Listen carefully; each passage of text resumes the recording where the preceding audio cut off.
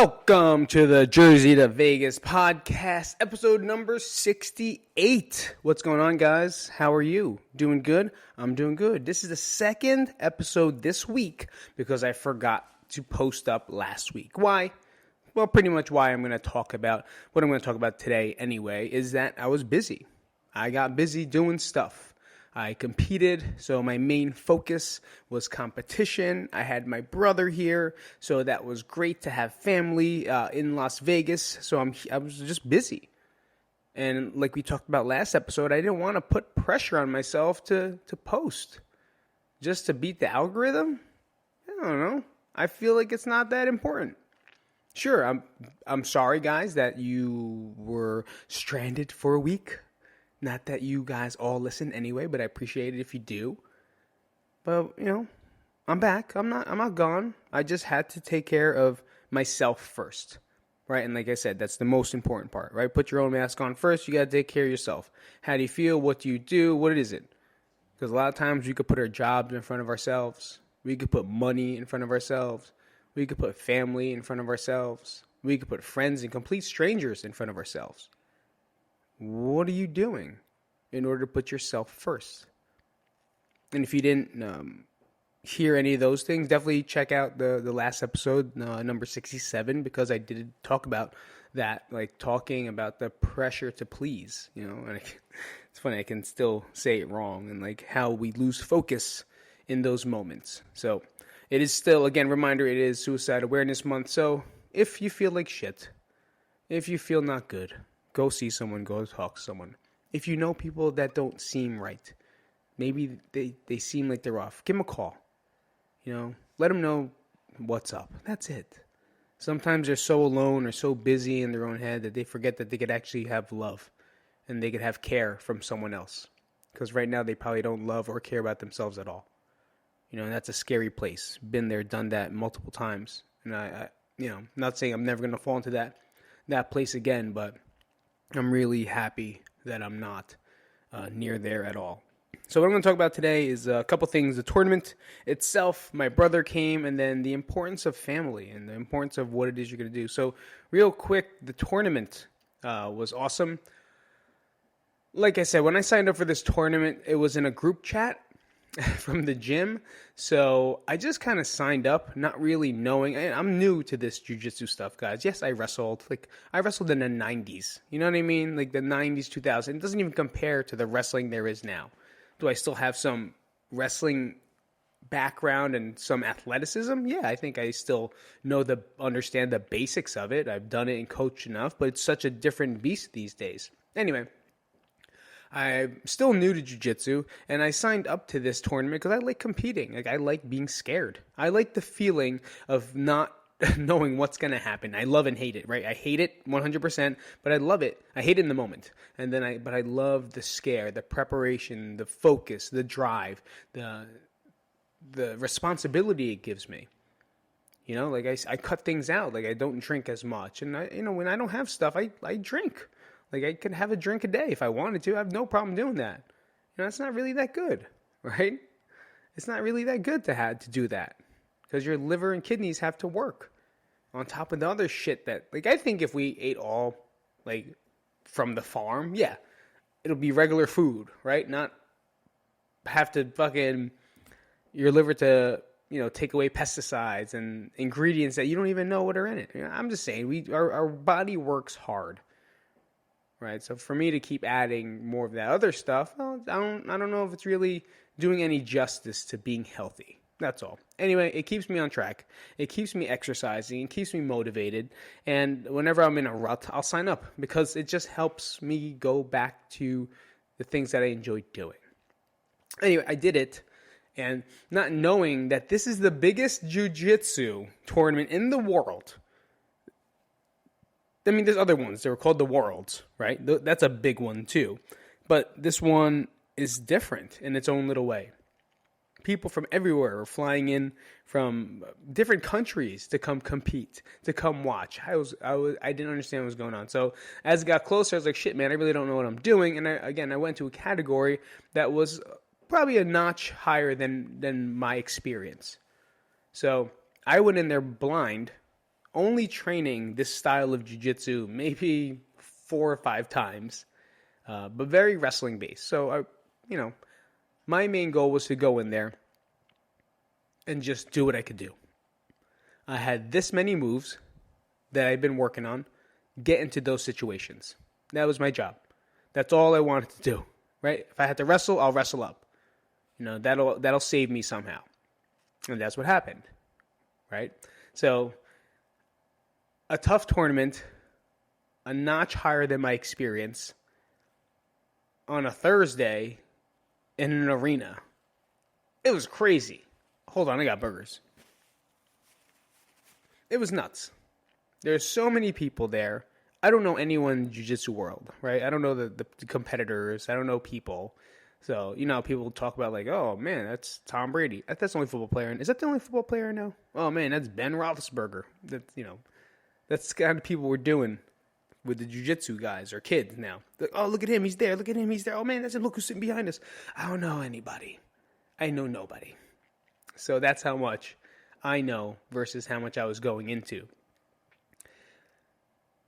I went in, and my main goal was to do my best I can with what I have. I have this much artillery. This is how many bullets I have. I'm going to use all of them strategically, and I'm going to make sure I use all of them. Right? So it was a long time waiting. It started getting a little disorganized with the mats. I got a good warm-up with my brother. I got up there, so just in case you didn't know, my brother was here. He decided to come. He didn't know that I was competing. He just showed up. He just said he was coming this week, and I was like, shit, awesome. You could be my coach this week because I'm going to compete. So it just kind of fell into that week. It wasn't like a planned thing. He was just here, and it was great. So we warmed up in the warm-up room. Tons of people, getting a little intimidated, trying to see who maybe this person is. Where the guy was from Iowa, I think. I don't even fucking know. Somewhere. I had a guy from Australia, from Iowa, from Arizona, California. These guys were all in my bracket. I have no idea who they were. Anyway, we were warming up, waited like another hour and a half, so I got cold. So I went upstairs and I started jogging around again to get warm again. And looked like my numbers were coming up. My match was going to come up soon. So I was number 2049, match 2049. It was on like 2036. So I wanted to if it was going, I wanted to get up like an hour beforehand and start warming up. I go up there, start jogging. I'm looking. The mat that I'm supposed to be on, the fucking refs are eating pizza. Now the refs are taking a break. So now it's going to be even longer. So, of course, that pressure of when is this going to please? That's the worst part. The time between when you get there until you fucking compete is the worst moments of your life because your brain just doesn't stop. And you don't know how to stop moving and you fidget and you just keep moving. That's it. So I looked down. They started going again finally. And I was like, okay, it's going to start up soon. So my brother started walking up the stairs, the stadium stairs, because I was on like that, the level where the concessions were. And we're about to go warm up. And as I was about to go warm up, they said, all right, there's some changes. We're going to move some of the matches to mat number 7, starting with match 2049. I was like, what? That was my fucking match. So I wasn't even warmed up. I wasn't ready to go. I had to run down these stadium stairs without falling, get my bag, get my ass over there, and then just get up and start competing. I wasn't warmed up. I wasn't ready. But you know what, guys? It doesn't matter, right? Sure, would I wanted to have been warmed up and like a little more tuned up, have a sweat going? 100%. I love going in warm. Right? But sometimes circumstances are circumstances and you cannot control them. I could not control that circumstance. So you know what I did? I fucking took off my pants. That didn't sound good. Kept my shorts on and I went out there. And that's it. I went out there. I wrestled. I did my job. I did what I can. Found my openings. Made some mistakes. It was 2-2 going to like 4 or 5 minutes in with me and the guy. So it was about 2-2. It's a 6-minute match. And then right about 5 minutes, I stood up and he just threw this move on me called a heel hook. And I didn't know what that is. I know what it is. I've watched it enough, but I've never been in that situation. I never practiced it. So A heel hook, by the way, is kind of like they'll take you and then they'll have your heel here in your armpit, and he'll try to break it, pop my ankle, right? But it really is not the ankle or the heel.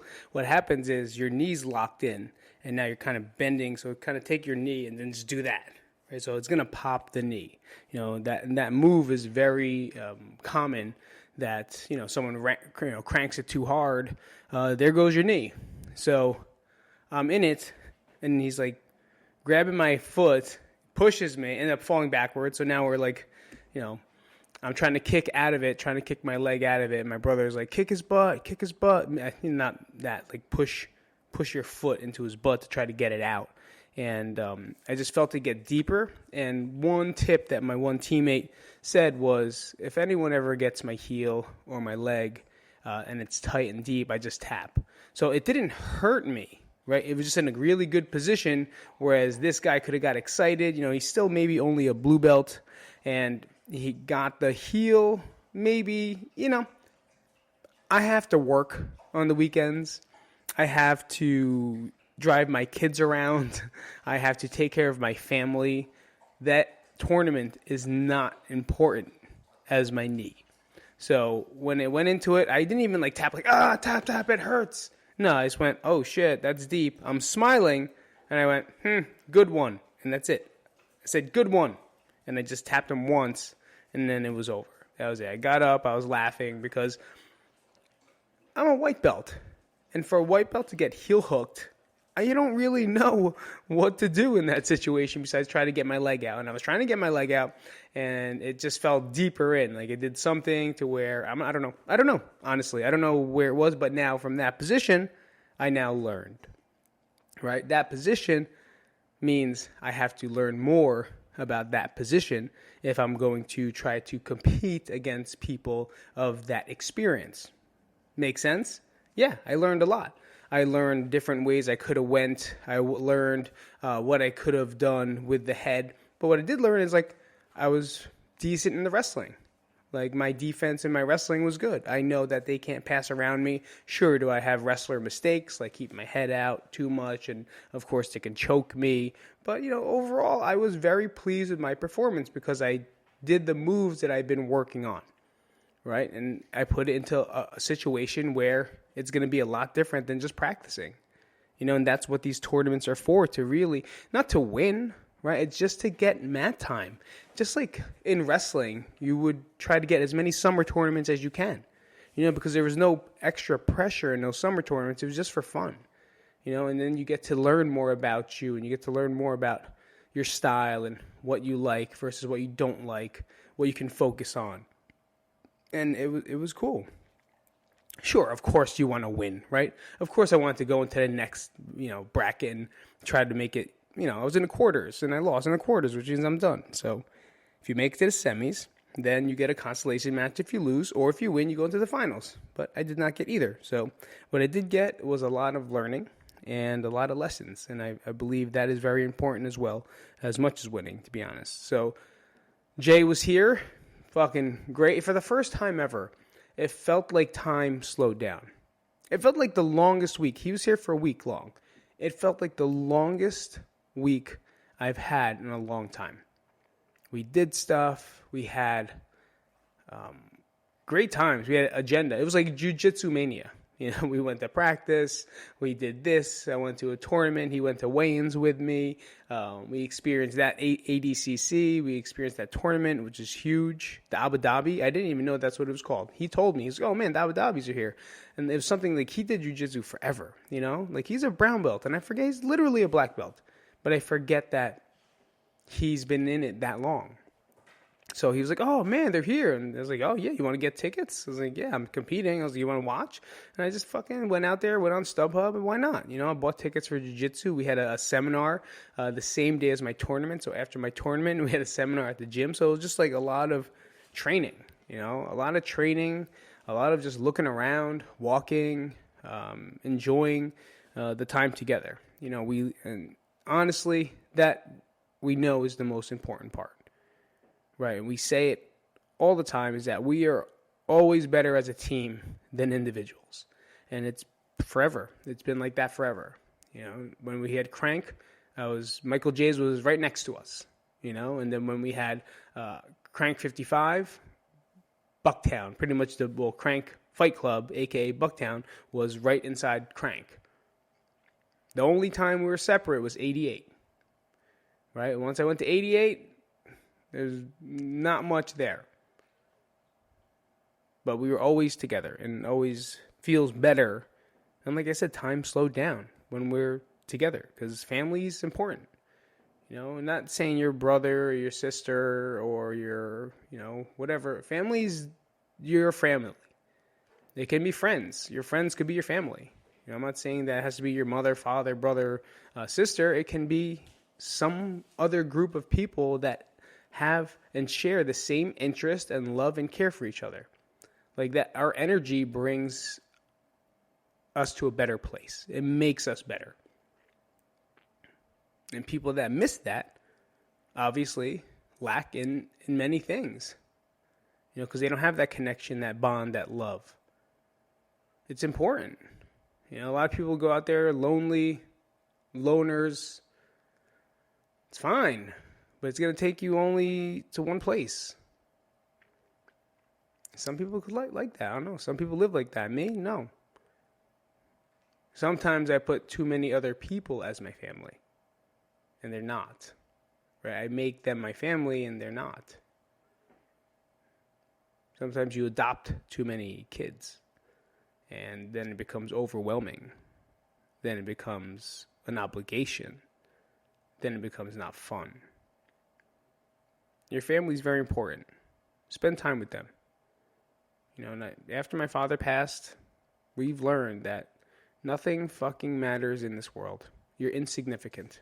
You and what you do and what you think you do and what you think you're doing means fucking nothing. Nothing. I wish everyone understood that. And it's kind of sucky to say, right? What you do means nothing.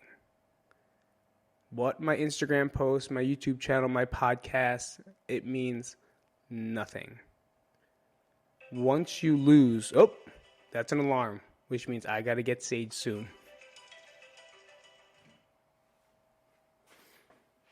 Once you lose a core piece of your life, nothing fucking matters anymore. Nothing. I've learned to let so many things go since June. I've learned to let go of lots of stuff. Lots of things that I thought fucking were important. And they're not. Not saying they're not important, right? But the amount of pressure that I put into the importance of these things is ridiculous. And the only thing that matters are the things that are in front of me right now. My wife, my kids, my mom, my brother. That's it. I can say Nat's family too, of course. Ed and Abuela, they're important to me because when she hurts, I hurt, right?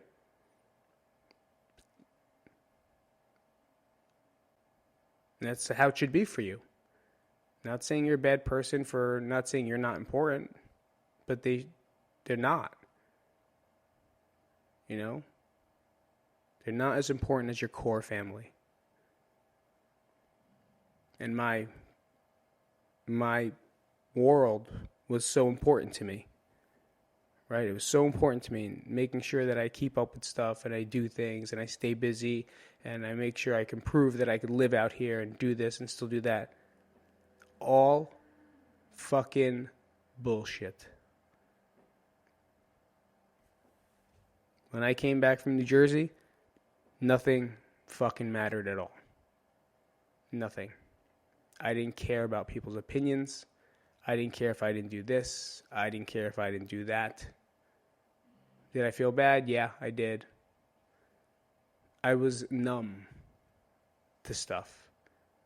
But I was not numb to be present in the moments my family needs me or needed me. Because that's what's important. And that's what life is.